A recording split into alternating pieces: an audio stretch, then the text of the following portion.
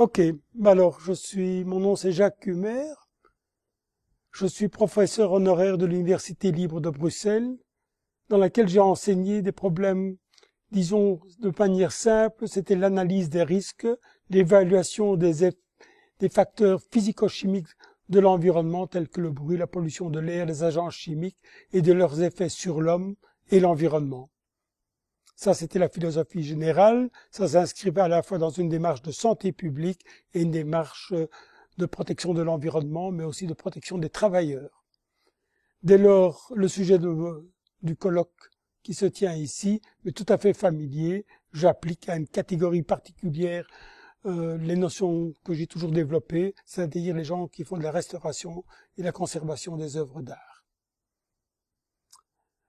Alors, que penser du colloque où j'essaye de faire un peu la synthèse des choses? Je dirais, il y a d'abord l'homme dans un certain environnement, il y a l'homme et son travail, et dans son travail il crée une œuvre.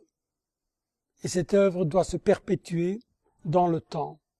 Il y a le temps passé, il y a le temps présent, il y a le temps futur.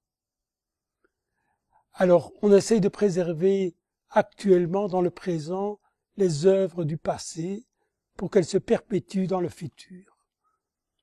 C'est peut-être aussi une vision environnementale actuelle très à la mode, qui est le développement durable.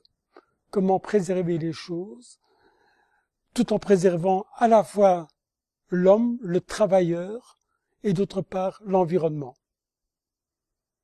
Alors nous sommes ici dans une problématique que finalement, ça a toujours été l'œuvre qui primait, l'œuvre que l'on crée par des techniques les plus diverses, en prenant des risques et en oubliant quelque peu l'homme qui doit traiter cette œuvre, les dangers auxquels il s'expose, d'une part, mais maintenant que nous sommes dans une philosophie d'essayer de restaurer des choses, ce sont les gens qui font de la restauration ou de la conservation qui, eux, prennent des nouveaux risques.